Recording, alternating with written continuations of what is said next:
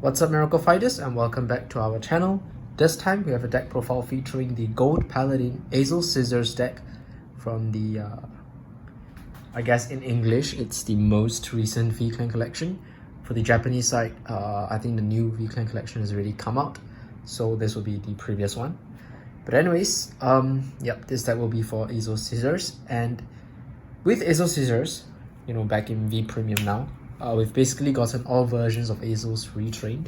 So we have Blonde Ezel, Ravenhead, Platina, and now Grand Ezel Scissors. Very fittingly, Ezel Scissors is also the culmination of all the Ezels, as you'll soon see with his effect. Although we only briefly played Ezel Scissors back in the OG era, Roxy has grown to love this unit from Vanguard 0, so she's decided to complete this deck in V Premium, and here we have it. So without further ado, let's get right into the deck. The starter that we're running is the Crimson Lion Cup Curve. Previously, the starter actually mattered for the Ezel deck because Blonde Ezel requires Curve to Superior Right. However, for this deck, we're not running the Bowman's Gareth and Ezel engine for the Superior Right. We're going another route, so it doesn't matter which starter you're playing. But this one fits more with the theme of Ezel, so that's why I'm running this. Okay. We'll start first with the grade 3s, the most important part of this deck, because that's the grade of all your Ezels basically. Instead of starting with the boss unit, Grand Ezel Scissors, I'm actually going to start off with all the old Ezels that have come out in the past. So kind of going down the memory lane, if you will, with all the different Ezels. We start off first with the OG Incandescent Lion Blonde Ezel. So let's have a look at this effect. Blonde Ezel's ability is, we're going to skip the first one because, as I've mentioned, we're not running Bowman's or Gareth, right? I just find that they both aren't really good rearguards anyways. But yeah, Blonde Ezel is here for two things. Firstly, its effect. When it attacks, you may call a card from a hand to rearguard circle. It's a very simple effect, but it's basically mid-battle phase as an attack extension effect, right? So it can come in really helpful if you just need one more attack to push and close games. It also triggers on-place by card abilities effects, which are quite common in Gold Paladin, right? And has some neat interactions with newer cards like Oath Liberator Agloville, which I will talk about later. So as I've said, two reasons why Blonde Ezel is here. Firstly is for that effect. Secondly is because it's an Ezel, right? And we want to be basically playing all the Ezels in this deck. In fact, Blonde Ezel is also the sort of like the base Ezel that you need for our next card, and that is the Ravenhead Ezel, which we are running at 2 copies. So we have one SVR, one here. Okay. Ravenhead Ezel's ability is firstly activated when it's in your hand. If your Vanguard is Incandescent Lion Blonde Ezel, you can counterblast 1 and Superior Right this card on Vanguard Circle in stand. I think now War Deity Shurikaze has something similar to this in the newest or rather upcoming V-Clan collection, so that's pretty interesting. But yeah, this ability essentially allows you to accelerate your Excel gifts. You get 2 gifts on your grade 3 turn. Not just that, but this also allows you to increase the number of grade 3s in your soul more quickly. Most of the Ezels, as you'll soon see, require 2 grade 3s in soul for their effects. So by superior riding, it means that you are speeding up the process of putting grade 3s into your soul essentially, and giving you 2 grade 3s in your soul by turn 4.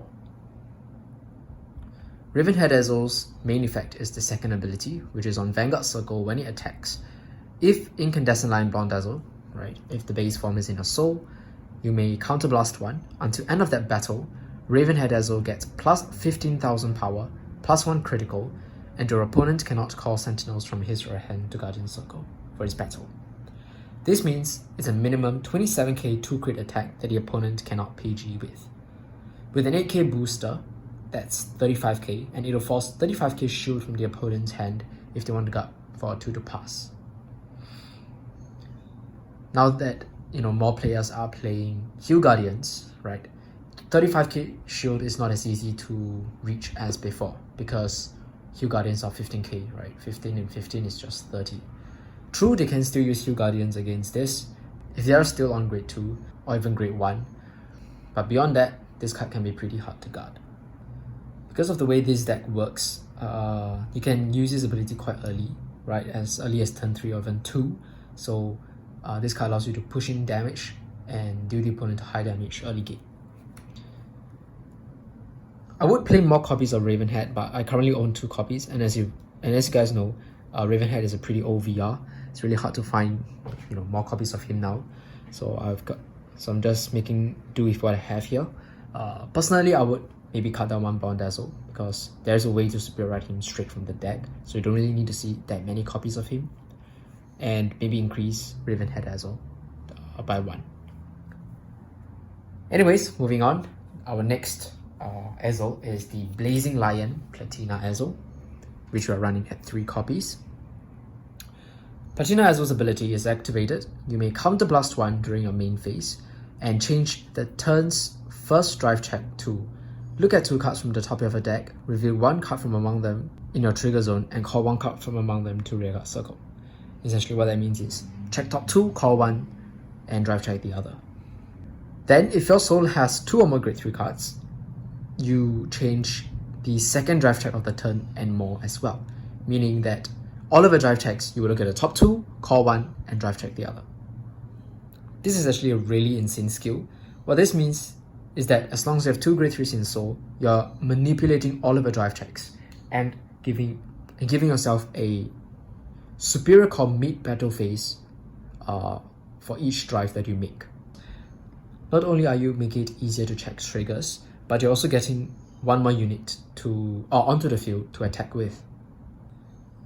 With Platina Ezel's skill active, your opponent cannot easily just guard for a 2 to pass, since you technically have 4 checks by your 2nd or 3rd grade 3 turn, and that's actually really frightening. Platina Ezel is also one of the better standalone vanguards in this deck. So in this deck, Platina Ezel, I would treat him as the backup, right? If you don't see your Ezel Scissors. Ravenhead is good, but sometimes the multi-attacks and the sort of guaranteed triggers if you have that you can get from Platina Ezel, right, makes Platina Ezels a bit more threatening than Ravenhead. Generally, what you do in this deck is you will follow up on Ravenhead with this guy, because Ravenhead can push damage early, and then once your opponent is at high damage, you go into Platina Ezel for the multi-attack and the drive check manipulation. So yep, that's 3 copies of Blazing Lion Platina Ezel that we play. And so these are the 3 Ezels that we have before Clan Collection Volume 4. And now with all the old Ezels done, let's get on with our main card of the deck, and that is the Salvation Lion Grand Ezel Scissors, the card that you see in this on his playmat, right? So he has returned finally, and I will actually say that he's the strongest Ezel among them all. Why is that so? Let's have a look at its effect. Firstly, activated on Vanguard Circle once per turn, put a grade 3 card with Ezel in its card name from your hand into your soul. Choose all of the grade 3 cards with Ezel in their card names, not named Salvation Lion Grand Ezel Scissors, basically not itself, right, in your soul, and this unit gets all of those chosen cards' abilities. In other words, Grand Ezel Scissors copies the abilities of all your Ezels in a soul, meaning it can inherit Blonde Ezel's Superior Calling effect, it can inherit Ravenhead Ezel's Guard Restrict and Double Crit ability, it can also inherit Platina Ezel's Trigger Manipulation and Superior Calling ability. This card is basically a Gastille for Ezel, or even a Rising Nova. And it will only get stronger as the games go on, because you get access to basically increasing number of Ezels. With this deck, if everything goes right, you should be able to write this card on turn 3 with 2 to 3 exile markers out on the field, because you'll be superior riding into Blonde Ezel, as I'll mention very soon once we reach our grade 2s. But yeah, usually if everything goes right, the turn that you write into Grand Ezel Scissors will be your turn 3. And by that time, you should be having 2 to 3 exile markers out on the field, and with access to at least 2 different Ezels in your soul. While needing to put Ezels in the soul from hand to copy skills mean that you need to consistently draw into Ezels, which is really annoying, but I think it's still not that bad, because it allows you to still write into Grand Ezel Scissors first, and the cost is also one way that you can sort of increase the number of grade 3 cards with Ezel in your soul without needing to write. Putting Ezels straight from your hand into your soul means that you can make it easier to activate the card abilities of cards like Ravenhead and Platina Ezel, which require specific cards in your soul or specific number of grade 3s in your soul. So let's say you miss the Blonde Ezel right, but you write into Ravenhead instead. So Ravenhead is like, you know, a vanilla grade 3, it does nothing, right? But then you go into Grand Ezel Scissors and you manage to draw into a Blonde Ezel later in the game. You can just chuck the Blonde Ezel into soul and use Ezel Scissors to copy all the grade 3 Ezels effects in your soul. And since now you have Blonde Ezel in the soul, Ravenhead Ezel's ability is now active. So yep, that's the first effect. The second ability of Grand Ezel Scissors is, if your opponent's Vanguard is grade 3 or greater, and your soul has 2 or more grade 3 cards, Counterblast 1 activated. Until the end of turn, this unit gets Drive +1, and your opponent cannot activate Vanguard auto abilities. Furthermore, you get to unlock all of the locked cards. Okay, so 3 main things going on here. Firstly, the additional Drive +1. Drive +1 is amazing, and that's because it can pair well with Platina Ezel. So remember Platina Ezel's effect to change your drive checks? Well, it doesn't just change your twin drive, it can change the second drive of that turn or more. So that includes your triple drives or quadruple drives or whatever. Hence, if you use this ability while Platina Ezel is active, you get to manipulate your triple drive and extend up to 3 attacks during your battle phase, right? And have a chance to manipulate your triggers as well. That's actually really insane. Secondly, this ability also prevents your opponents from activating their Vanguard auto abilities. This is very niche, but it can come up in certain situations. The first one that comes to my mind, and also the one that I think this card was designed to counter, is Chaos Breaker Dragon's ability, which triggers when your rearguard is unlocked. With this effect, you can prevent your opponent's Chaos Breaker Dragon from retiring your rearguards and drawing a card and stealing your gift when your rears get unlocked by Ezel Scissors' own effect.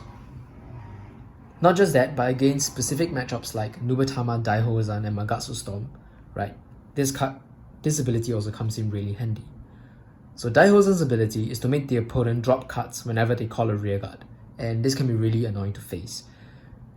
However, if you use Grand Ezel Scissors' effect before you start calling your rears, you can turn off Daihozan's discard ability, and now suddenly the opponent's deck doesn't really do anything, right? Doesn't really do much things.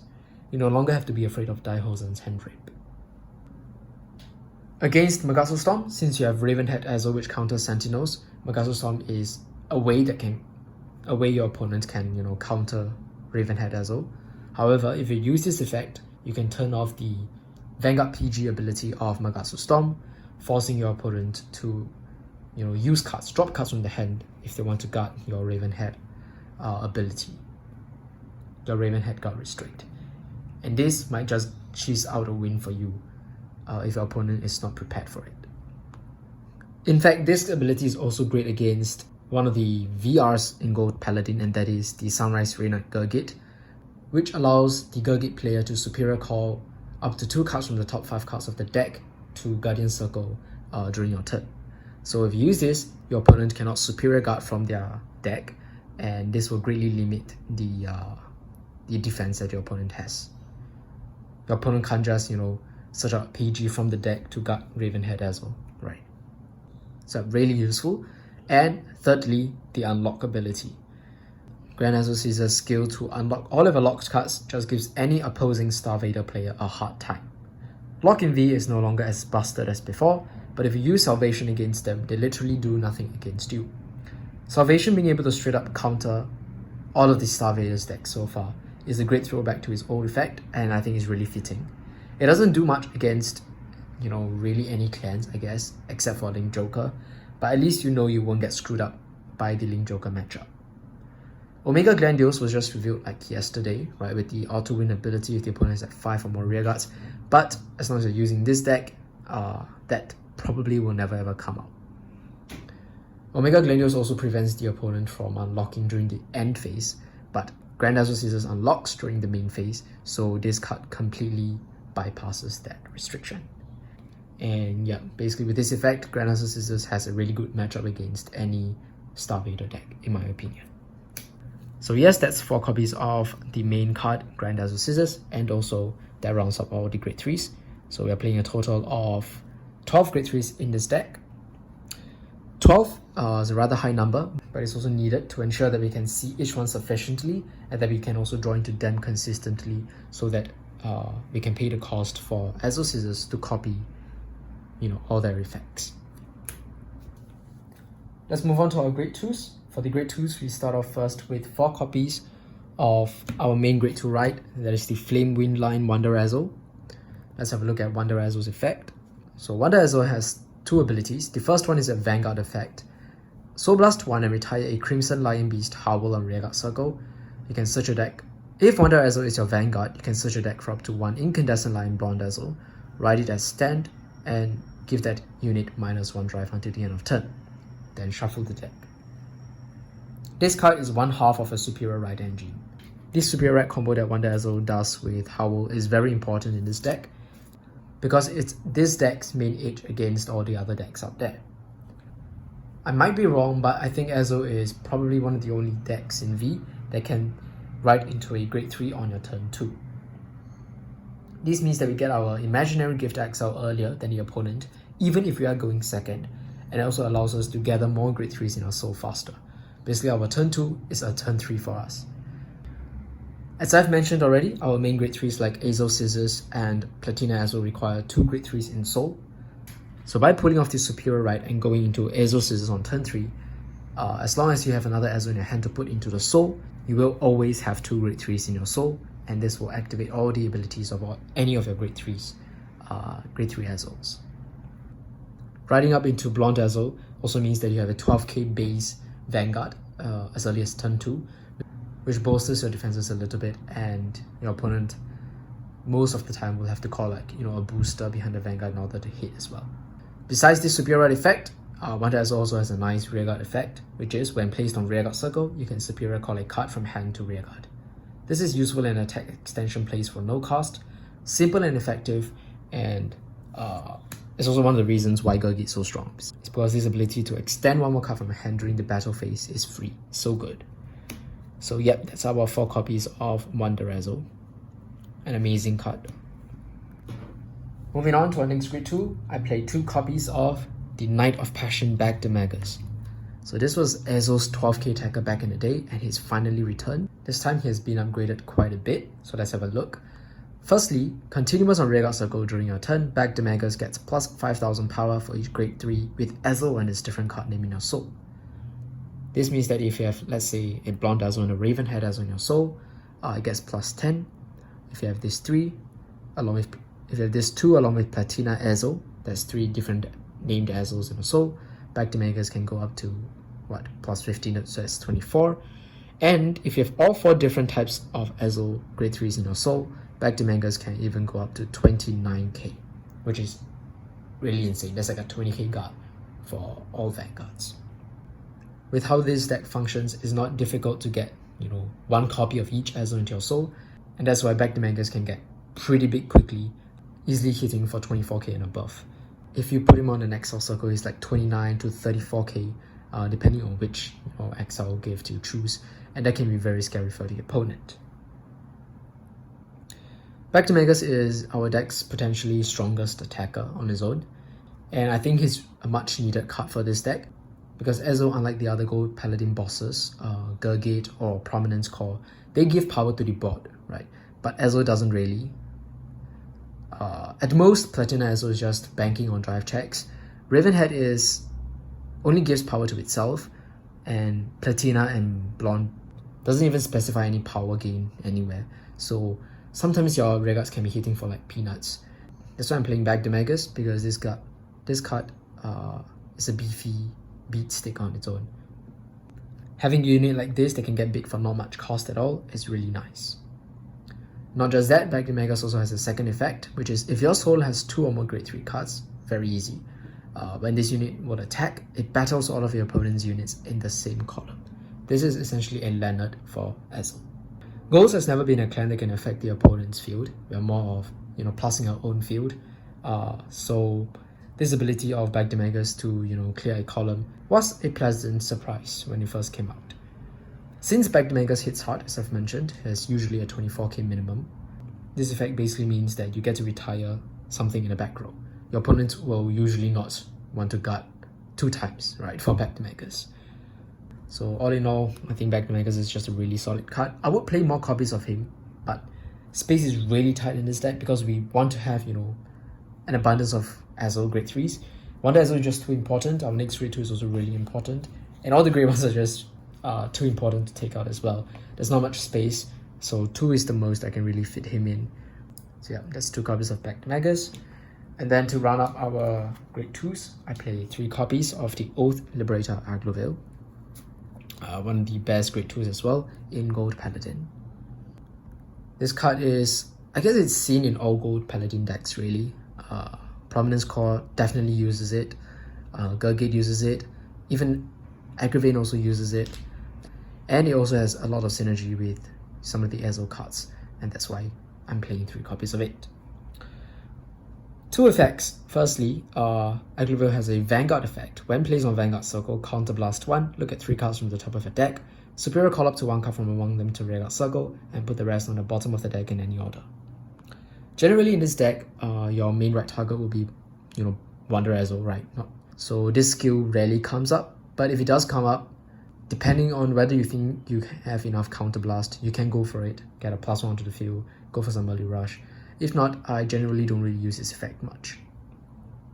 Aglovale is mainly used in this deck for the second effect, which is on Rearguard Circle when this unit attacks. Cost, put another Rearguard into your soul. Aglovale gets plus 10,000 power until the end of that battle, and at the end of that battle, return it to your hand. Return him to your hand. This cost of Aglovale is actually another way to send Ezels into your soul. Putting Ezels into soul can power up cards like Back Demagus, or just make cards like Platina Ezel or Ravenhead Ezel easier to work. Easier to use without needing to rewrite. Some games you might not see much grade 3s at all, you might not even write into Ezel Scissors.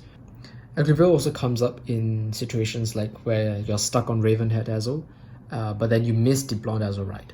So what do? If you do draw into Blonde Ezel later in the game, you can just call him down. You don't have to ride him, you can just call him down, use Aglovale to send him into the soul, and be able to activate Ravenhead Ezel's effect when he attacks. So yeah, in a deck like this that, kind of wants Ezels in your soul, Aglovale's cost suddenly becomes not that much of a cost. Moreover, Aglovale's ability to power up and return to the hand works super well in this deck. Since we have cards that superior call from a hand, for example, Wonder Ezel, as I've mentioned, right? Blonde Ezel, and another great one that I will talk about, which is Howl. One neat trick that you can do with Aglovale in conjunction with all these cards is that if you have Aglovale in a hand, and your Vanguard is either a Blonde Ezel or an Ezel Scissors that has inherited Blonde's ability, what you can do is you can first call, Aglovale down on the field, attack with your Aglovale, right? Use this effect, send one of the rearguards into your soul, return it back into your hand, and then when your Vanguard attacks, your Vanguard being either Blonde Ezel or Ezel Scissors that has Blonde Ezel's effect, right? When your Vanguard attacks, you can superior call a card from your hand. You can then superior call the Aglovale that you have just returned back into your hand earlier this turn, and then use him to attack again. Essentially, you're using the same Aglovale twice in a turn. And this combo works even with cards like Wonder Ezel, right? If you superior call a Wonder Ezel mid battle phase through the effect of like Platina Ezel, and you happen to, already swung with the Aglovale earlier this turn and is in your hand, you can just use Wonder Ezel to superior call it back out. This play to loop Aglovale is one of the best plays that this deck can do, and overall I just really like this synergy that Aglovale has with the the Ezel support cards. So yeah, that's 3 copies of Aglovale. You really do want to see this card. Generally seeing 1 is enough because he'll just keep on bouncing back into your hand, but playing more copies is never bad. Previously I was playing 2 and 3, but I just never see my Aglovale, so now I bump Aglovale up to 3. I just think it's a little bit more important than Back Demagus. And that's all for the grade 2s. Quite a small amount because our grade 3s and grade 1s are arguably more important. I think 9 is good. Generally, you will skip your grade 2 turn anyways. Your goal is to just go into grade 3 as fast as possible using Wonder Ezel Superior Ride. So yeah, we don't really need that many grade 2s for a grade 2 game. Moving on to the grade 1s, we start off first with 4 copies of Crimson Lion Beast Howl, the other half of the Superior Right combo with Wonder Ezel. So Howl has its own effect, which is on rearguard circle at the end of the battle that is unit boosted. If your Vanguard is an Ezel, you can counterblast 1, put Howl into your soul, draw a card, and call a card from your hand to rearguard circle. Howl is a really neat attack extender for this deck when not being used as a cost for Wonder Ezel. As I've mentioned, anything that superior calls from a hand is a way to reuse Agloville. So Howl, just like Wonder Ezel and Blonde Ezel, can reuse the same Agloville twice in the same turn. All you have to do is just make sure that you use Agloville to attack first. Make sure it's in your hand before you boost with Howl for another attack. Not much to say here. Howl is just a really good card, and you definitely want to be playing 4 copies of it. Next up, we play 4 copies of this new grade 1, the Sacred Twin Beast White Lion. What it does is when the attack that it participated in, basically the attack that it boosted or its own attack hits a Vanguard, you can look at the top 6 cards of a deck, choose up to 2 grade 3 cards with Ezel in the different card names, reveal them, put them into your hand, and shuffle the deck. If you put 2 cards into your hand, you can choose a card from your hand to put it into your soul. White Lion is our deck's grade 3 searcher. We are not playing any Gobbledukes because there's no space, but this card is potentially better than Gobbleduke. Being able to add 2 Ezels straight up is really good because for this deck, you kind of need to see or at least have in hand an Ezel every single turn, and you also want a variety of them. Ezel Scissors requires you to put an Ezel from hand into soul in order to copy skills, so a card like White Lion, with the on-hit to search 2 Ezels, really puts a lot of guarding pressure on the opponent. Unlike a grade 3 searcher which is once and done, being on hit means that you can potentially trigger this every single turn as long as the attack hits.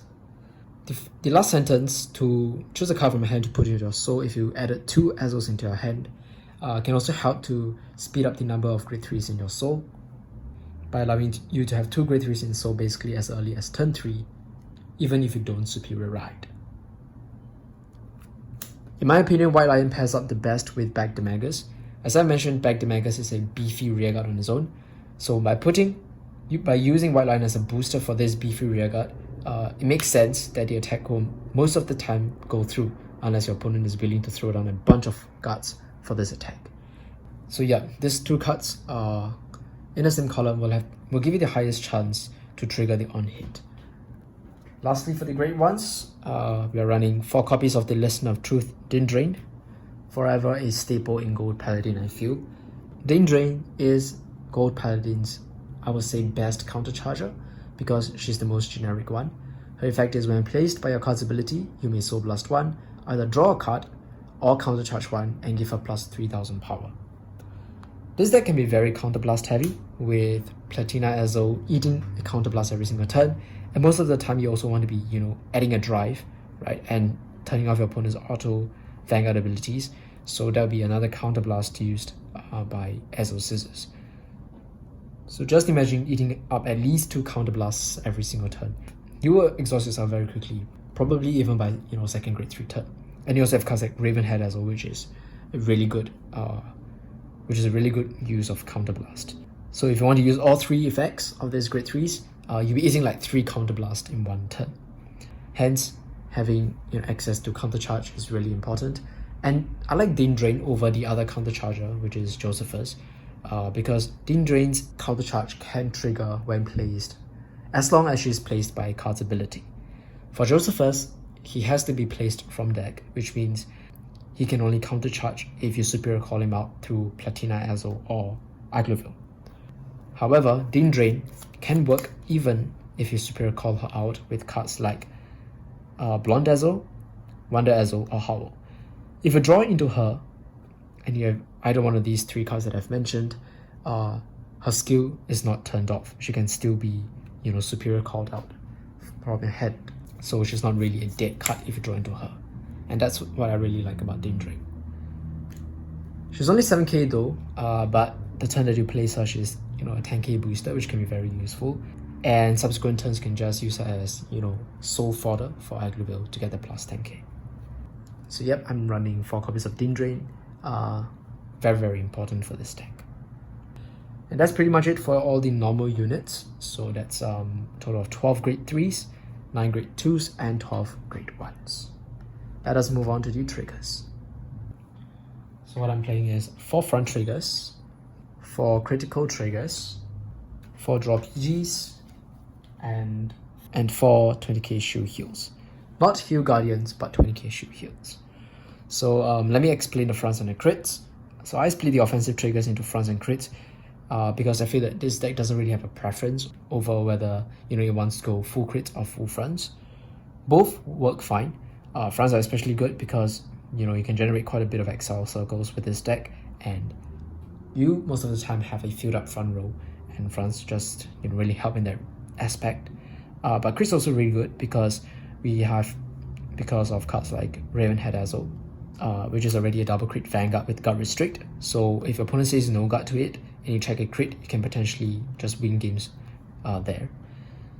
Having crits also works really well with Platina Ezel. Platina Ezel can manipulate your drive checks, and showing your opponent that you're playing crits makes guarding even more stressful for the opponent, and you may end up making them overguard or whatnot because they're afraid that you check a crit for a 2 to pass. So yeah, I personally can't choose which one to really lean towards more, so that's why I'm playing a split between the fronts and the crits. The draws are very important. Draw PGs are good, and then not much really to explain over here.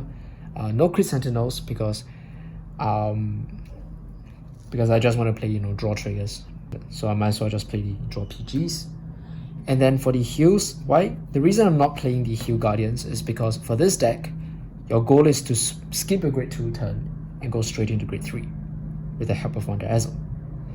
Hence, most of the time, if everything goes well with this deck, you will not have a grade 2 Vanguard. You will have a turn on grade 1, right? And then the next turn you'll be on a grade 3. You only have one turn essentially to use a heal guardian. Remember that heal guardians only work if you haven't rolled a grade 3 that game.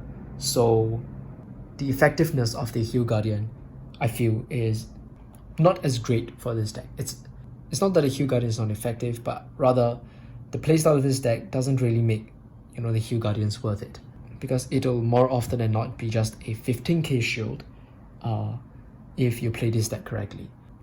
And at that point, you might as well just play the 20k shield heals. Of course, you will not always, superior right into Blonde Ezel. You will definitely whiff sometimes. You might end up, riding something else, or you might end up not drawing into enough hovels. So that's where, heal guardians can come in really handy to try to prevent your opponent from rushing you down instead. But yeah, I just play for my best case scenario, and that is, you go into grade 3s. You go into grade 3 on turn 2 successfully, and 20k shield heals just work better in that regard. Of course, I'm not stopping you guys from playing the heal guardians. I think they're still really useful defensive tools. So maybe you can play a split, I don't know, right? It's all up to personal preference. With that, we've basically come to the end of this deck profile. So the Ezel Scissors deck, I think overall, is a rather piece reliant and pretty high roll deck that might not suit the taste of all players. However, if you're someone who likes a deck that is fast and really aggressive and can beat your opponent before they even know what's going on, right? This deck might be something that you guys can try. This deck can be something suitable for you guys. When this deck breaks, it's really bad. But if you see your high roll pieces, you manage to superior right successfully, you draw into an Ezel every single turn, you see all the different kinds of Ezels, you draw into back Demagogues, Agraville, stuff like that, then this deck becomes uber aggressive and can rush down the opponent really hard, can beat down the opponent really hard. It's also a bonus if you also like Ezel, because this deck is literally the defining Ezel deck, where you get to use all your shiny Ezels, like what I'm doing right now. And besides the triggers, you can potentially, full foil this deck out. I just don't have, the triple rare Din Drain cards, but it's possible to full foil this deck out. Even though Gurgit is, without a doubt, the strongest Gold Paladin deck out there, and some builds even play Ezel in it, for the marker generation. But if you're looking for a pure Ezel list, I think this is a bit what I have. Anyways, that's it for me. There aren't really a lot of alternatives for this deck. These 3 great ones are pretty much set in stone, as are these 3 great 2s. Some players play the Bowman's and Gareth Superior Ride combo, Superior Ride engine. I just don't really like those 2 because they don't do much on Rearguard Circle as compared to cards like Bagdemagus, Agloville, and all these other great ones, which are a bit more useful on Rearguard Circle. So there's that.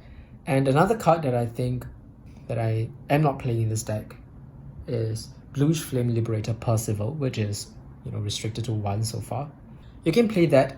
It's just that it eats up Counterblast a little bit. Generally, I tend to use my Counterblast more for Scissors, Platina, and Ravenhead. And there are games where I join to it, but I just don't have, you know, the Counterblast needed to activate its effect. And just holding it in my hand is pretty useless too. With the Superior Ride that you can do for this deck, you really sort of generate your exile markers a bit fast. So I don't think Percival is too needed for this deck.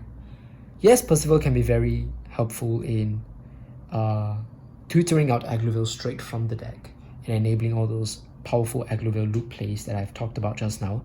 But space is just really tight, and the Counterblast usage is very tight in this deck. I'd rather drop Percival than play him and have him sometimes, you know, be a deck card in my hand.